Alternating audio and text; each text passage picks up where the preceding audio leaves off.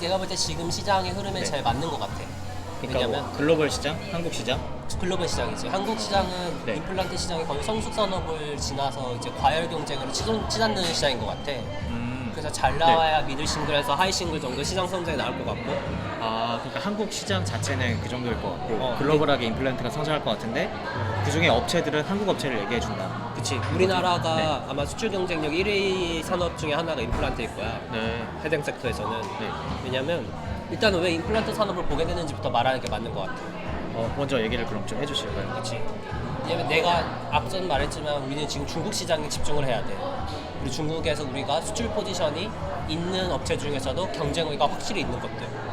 그거를 뽑았을 때 그게 바로 임플란트. 그치. 임플란트 산업을 세그먼트를 나누면 우리는 보통 프리미엄 세그먼트가 있고 네. 그 밑에 이제 밸류 세그먼트가 있고 그 밑에 로우 세그먼트가 있어. 세그먼트를 나눈다는 말은 그냥 비싼 거, 그냥 중간 가격, 제일 낮은 가격 이렇게 얘기하는 이렇게 거죠? 나눈 거지. 근데 이제 프리미엄 세그먼트에서는 확실한 1위 사업자가 있어. 스트라우만이라고. 아, 그 해외 독일 업체 맞죠? 독일 업체 스트라우만. 그 다음에 이제 밸류 세그먼트는 이제 우리나라 임플란트 업체들이 꽉 잡고 있어. 아, 그게 이제 흔히 얘기하는 오스타 임플란트, 덴티우 그치. 2개 정도. 그 외에 비상장에 뭐 메가 임플란트라는 곳도 있고 여러 곳이 있거든. 네. 근데 상장사로만 보면 이제 네가 말한 그 두 곳이 있는 거지. 그다음에 로우 세그먼트에는 현지 로컬 업체들이 있어. 현지 로컬 업체들이라면 각각 그 나라에 있는 로컬 업체들이요. 네. 근데 왜 이 밸류 세그먼트에 있는 우리나라 임플란트들이 경쟁력이 있냐면 이게 보면 너무 높은 스트라우만의 임플란트를 식립을 하면 너무 비싸.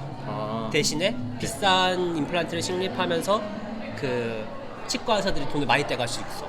스트라우먼 거는 비싼 대신에 치과 의사들이 돈을 많이 땡길 수 있고. 근데 그것보다 한 단계 낮은 밸류 세그먼트인 우리나라 임플란트를 이식하면 이제 환자들한테 청구하는 비용은 조금 더 낮고 그리고 치과 의사들도 스트라우먼 거보다는 돈을 조금 덜 받을 수 있어. 그럼에도 왜 거기에 집중을 해야 되는 거예요? 밸류 왜냐면 세그먼트에? 이 지금 우리 한국에 사니까 사람들이 잘 모르는 건데 우리나라가 전 세계 임플란트 식립률 1위야.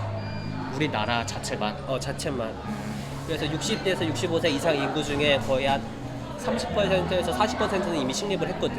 임플란트를 다 이식을 하셨단 말이죠. 근데 해외로 봤을 때는 없어, 이런 나라가.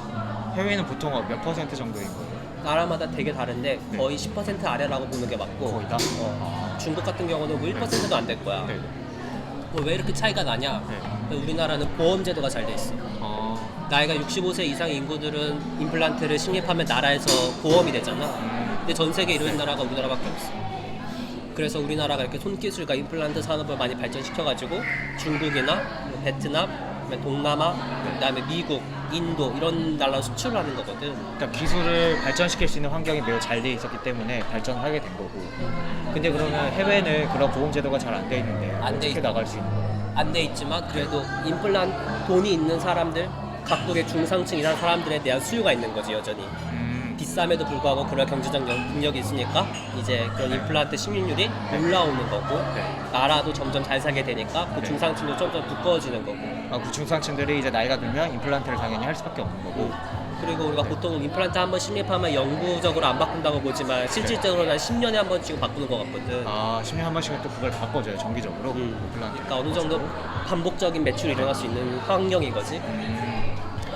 그랬을 때 내가 아까 말했지만 그러면 치과 의사들이 다 스트라우만 거 하고 싶어 하지 않겠냐. 한 번씩 식립할 때 돈 많이 받으니까. 돈 많이 받는 거. 근데 그것보다도 지금 이 페네트레이션이 빨리 올라오지 못한 이유는 비싸서 그래. 그러니까 이 밸류 세그먼트가 지금 가장 빠르게 성장하는 세그먼트거든. 특히 신흥국인 중국에서. 중국 인구가 14억 인구인데 14억 인구 중에 중산층이라고 하면 상위 10%의 소득을 가진 사람들, 이 사람들을 통계 자료를 보면 우리나라 인구의 2배 정도 돼. 우리나라 인구의 2배 정도가 되는 중산층이 중국에 있다고. 그게 우리의 타겟 이제 시장인 거지. 그러니까 오스템이나 덴티움의 타겟 시장이 그런 인구들이고. 그러니까 시장이 엄청 큰데 여기서 아직 페네트레이션이 뭐 0. 몇 %로 가겠지. 그 사람들이 이제 점점 식립하는 추세가 늘어나는 거지. 그리고 그리고 우리가 수출입 데이터를 보면 지금 이렇게 중국 쪽에 소비하는, 판매하는 이러한 제품들의 그 수출 단가가 YOY로 계속 떨어지는데 지금 아. 떡상하는 제품 중에 하나가 네. 임플란트거든. 아 그래요? 그래서 네. 지금 임플란트 실적들의 업체들의 실적이 그냥 YOY, QOQ로 계속 우상향하고 있는 거고 그 안에서의 그 포지션은 굉장히 매력적이다. 그럼 이제 좀 정리를 조금 해보면 결국에 중간 업체들에 주목을 해야 되는 이유는 지금 글로벌하게 임플란트 임플란트를 사용하는 사람들의 숫자가 늘어나지 않는 이유가 너무 비싸기 때문이고, 그렇기 때문에 당연히 그 다음 티어에 있는, 그러니까 다음 이제 조금 싸게 살 수 있는 업체들에 주목을 해야 되고, 그 중에서도 중국에 주목할 수가 있는데 중국 같은 경우에는 우리나라 대비해서 중산층이 2배나 많다. 그런데 그리고- 침투율은 낮다. 그리고 늘어나고 있다. 네. 그 중산층이. 중산층이 확대가 되고 있다. 그렇기 때문에 이 시장을 빨리 잡을 수 있는 중간 업체인 뭐 밸류 세그먼트 업체들을 봐야 된다. 얘기를 해주신 거고요. 네. 스트라만도 이러한 걸 알고 있어. 이러한 네. 흐름을. 그래서 밸류 세그먼트의 한국의 임플란트 업체들이 M&A를 하려고 노력을 많이 했지만 결국에는 성사되지 않았거든.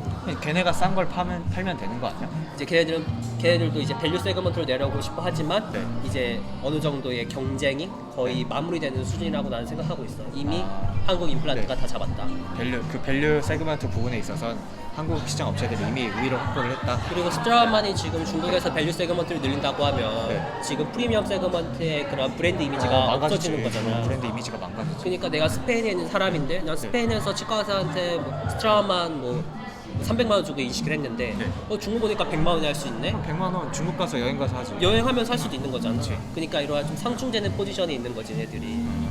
네, 그러면 이제 진입 장벽도 있고 뭐 경쟁력도 있겠어. 네. 근데 이게 어느 정도 유지될까? 네. 전환 비용도 생각해봐야 되잖아. 근데 이제 의사들은 되게 보수적인 집단이니까 한번 내가 네. 뭐 오스테 임플란트의 임플란트를 식립하는 기술이 손에 익으면 이걸 그러면 덴티움으로 또 덴티움사의 임플란트를 이식하는 기술을 익히기까지 또 손이 좀 타거든 기술이.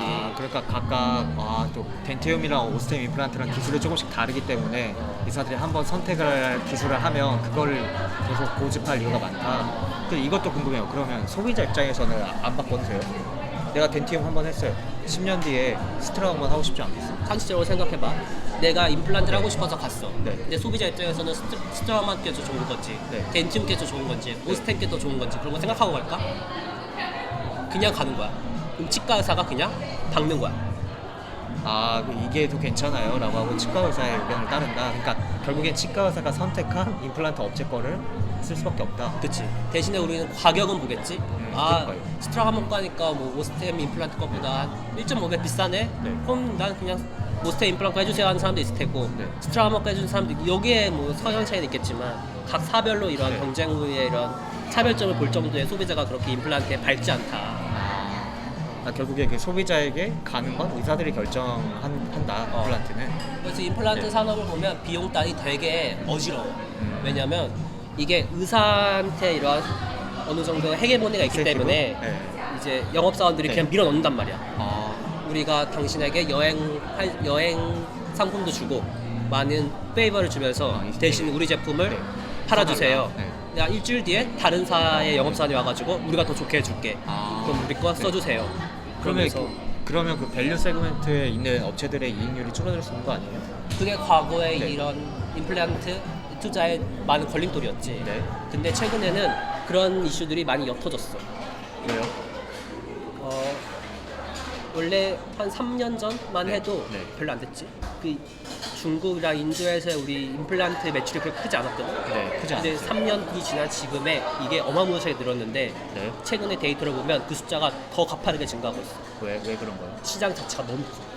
이제 인센티브를 안 줘도 될 만큼 시장 자체가 너무 빨리 크고 있다는 거예요? 그리고 이 수요는 많은데 항상 치과 의사 수가 부족했어. 중국도 그렇고 다른 신흥국도 그렇고 임플란트를 식립할 수 있는 기술을 가진 치과 의사 수도 부족했고 네. 인구 대비 치과 의사 자체도 부족했고. 근데 내 기억이 맞다면 18년, 19년에 중국에서 치과 의사 수들이 되게 많이 늘어났어.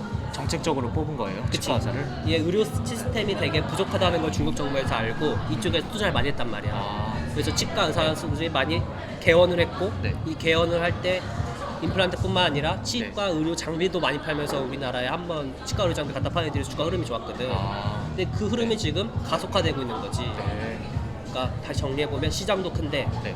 그 시장 우리가 다 못 먹었던 이유가 네. 치과 의사 수가 부족했는데 그 의사 수도 빠르게 늘어나면서 네. 이게 계속 가파르게 매출이 일어나고 있는 거지. 그리고 이 밸류 세그먼트에 있어서 경쟁은 어느 정도 이미 마무리가 된 상태다. 전환 비용도 충분히 있고 네. 그래서 경쟁 우위가 있는 시장에서 우리가 잘 네. 포지션을 잡았다. 성장하는 산업에서. 아, 근데 이 네. 지금의 이 고인플레이션 상황에서 이렇게 고속 성장하는 좋은 경쟁 포지션에 있는 그리고 앞으로 큰 시장에서 네. 네. 이러한 제품이 거의 없어 내가 볼 때는. 네, 이 임플란트 같은 경우에도 이제 원자재 값 상승의 여파가 있긴 할 텐데 그거에 비해서도 성장이 너무 빠르다는 거죠. 그리고 내 비용이 되게 옅어 임플란트가. 원자재 비용이 옅어요? 뭐 티타늄, 뭐 네. 철 이런 걸로 만든 네. 거 아니야. 네. 되게 작잖아. 아, 작아서 그래서 네. 얘네들의 마진율을 보면 GP 마진단을 네. 보면 되게 마진율이 높아. GP 마진이라고 하는 거는 매출에서 매출 비용을 빼는 매출 총이익 말하는 거죠. 그럼 영업 단위에서 판매 감리비가 네. 비용이 두텁거든. 대신에 판관비가 두터운 이유는 내가 아까 말한 그 영업력에서 많이 비용이 나갔던 거지. 얘네들이 가보면 이런 임플란트를 만드는 기계가 되게 조그매. 그렇게 안 커. 기계별로 이렇게 있어. 아, 기계 자체도 조그매요?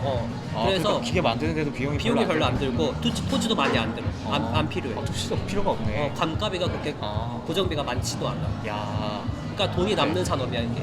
누가 딱 봐도. 지금 같은 국면에 딱 맞아 떨어지는 그런 산업이네요. 근데 이제 코로나 락다운 기간, 중국 락다운 기간에 이제 임플란트가 안 될 거라는 한 번의 시장의 우려가 있었는데 네. 그 우려를 부식하고 그냥 올라갔거든. 네. 왜냐면 사람들이 이빨 아파서 불편한 걸 못 참아서 결국엔 다 가더라고. 아무리 코로나여도 그리고 지금 락다운 기간인 뭐 상해, 네. 베이징 이런 1, 2선 도시에서 약간 셧다운, 락다운이 일어나도 2, 3선 도시까지의 이러한 임플란트 마켓 점유율이 올라오면서 잘 방어한 모습이거든. 근데 지금 주가 흐름은 그렇게 이러한 걸 반영하고 있지 않다. 우리가 매월 보는 수출입 데이터가 이렇게 우상향에도 불구하고 그래서 약간 이거는 최근에 있었던 횡령 사건에 약간 우려가 어느 네. 정도 묻어있지 않을까. 네, 이거는 그러면은 횡령 사건 경우에는 오스템 임플란트에 좀 국한된 거 아니에요? 오스테 임플란트를 횡령한 직원이 어디 출신인 줄 알아? 겐티움 출신. 그치. 그렇구나. 그러니까 이런 것도 네. 있겠고 뭐 지금 락다운 기간이니까 상대적으로 잘 안 될 거라는 우려도 있겠고 그다음에 최근에 수익률이 그나마 나왔으니까 네. 그래서 대신에 화는 되게 올라 있잖아. 네, 많이 그러니까 올라있죠. 외국인 투자자들 입장에서는 수익 났을 때 환 더 떨어져서 수익률 빠지기 전에 조금 이제 차익 실현하자 차익 실현하고 이러한 네. 이유도 있겠고 네. 뭐 왜 파는지 여러 가지 이유가 있겠지만 네. 향후 한 5년간 이건 끝이 보이는 기업이다. 그럼 마지막으로 이것 좀 물어봐야 될 것 같아요. 뭐 지금 비싸진 않아요? 내 계산이 맞으면 10배가 안 돼. 올해 기준으로. 그렇죠, 맞아요. 그리고 시장에서 지금 컨센 형성되어 있는 숫자가 다 그렇게 높아 보이지가 않아. 왜냐면 얘들이 과거 17년부터 19년까지 이익이 안 나왔던 이유는 네. 17년 후반에서 18년도에 대규모 투자를 한번 했었어. 앞으로 클 성장을 점찍어 두고 했던 게 지금 가동률이 올라가고 네. 전방에서 받쳐주니까 수요도 올라오고. 이렇게 올라가는 국면인 것 같거든. 그래서 지난 3개분기 동안 연속 서프라이즈를 냈지만 그거를 충분히 반영하지 못한 주가 흐름이 아닌가. 알겠습니다.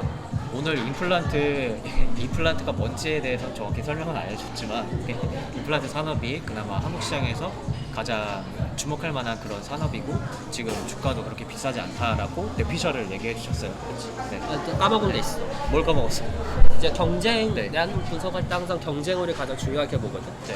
근데 로우 세그먼트가 있었다고 했잖아. 가장 낮은 싼 친구들. 로우 세그먼트가 우리 밸류 세그먼트를 치고 올라올 수도 있는 거잖아. 네. 내가 아까 프리미엄 맞아. 세그먼트 말했지만. 근데 임플란트라는 게 식립하는 거잖아, 몸에. 네, 몸에 심는 거죠. 그래서 이거는 그 임상 데이터가 되게 중요해. 그러니까 한 10년 동안 어떤 특정 제품을 식립했던 환자들이 아무 탈 이상이 없이 없었다. 계속 했었다. 이런 데이터가 쌓여야 네. 이제 보수적인 치과 의사 집단에서도 이제 사용을 하죠. 사용하는 거거든. 안 좋으면 고소당하니까. 그치. 문제가 더 많이. 만약에 내가 잘못 박았으면 이거를 또 치과 가가지고 그 아픈 수술을 또 받아야 되잖아. 맞아. 오랫동안. 그러니까 소비자들도 되게 불만이 많다고.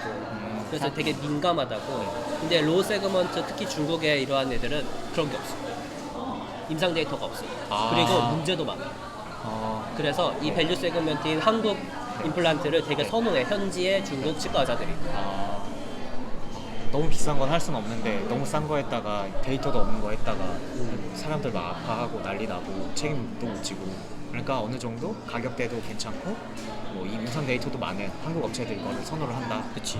그래서 이런 포지션이 구축이 잘 돼 있어. 그래서 회사 스트라만 애들도 보면 네. 지금은 밸류 세그먼트에 네. 투자를 하고 싶은데 네. 그래서 밸류 세그먼트에 내가 지금 진입한다고 하면 기존 우리 제품들과 상충이 일어나고 안 되고 그러니까요. 네. M&A를 하려고 하니까 안 안 해주고. 팔지. 장이 얼마나 좋은데. 돈잘 벌고 있는데. 근데 지금 중국만 말했지만 더 큰 시장은 네. 인도야. 인도는 치아 상태가 되게 안 좋아. 인도가 씹어먹는 커피라고 해서 네. 그런 막 이를 상하게 하는 식품 기호가 되게 좋다 하더라고. 그래가지고 치아 상태가 되게 안 좋아. 네. 근데 당연히 그 사람들이 아직 소득 수준이 올라오지 못했으니까 지금은 안 보이겠지만 큰 시장이다. 올라올 수 있어요 소득 수준이 인도가? 뭐 언젠가 올라오겠지. 근데 그것보다도 더 중요한 게 지금 베트남, 네. 인도네시아, 말레이시아 네. 이런 쪽에 소득 수준이 빨리 올라온다고. 거기서도 우리나라 업체들이 이미 우리나라가 그 업체 그쪽 시장을 보고 베트남에 대규모 투자를 지어놨어. 생산 기지로. 그게 누구죠? D로 시작하는 D사예요? 아, 가동률이 뭐 이제 한 20% 올라온 수준일까? 공시된 거를 보면. 그러니까 잘 선점해 놨지. 이러한 성장 시장에서 포지션을. 이렇게 오늘 그 성장하는 시장에서 그리고 원자재 비용 걱정도 크게 없는. 없는 그런 밸류 세그먼트의 우리나라 임플란트 업체들을 조금 알아봤습니다. 네, 오늘 영상은 여기까지 할게요. 네.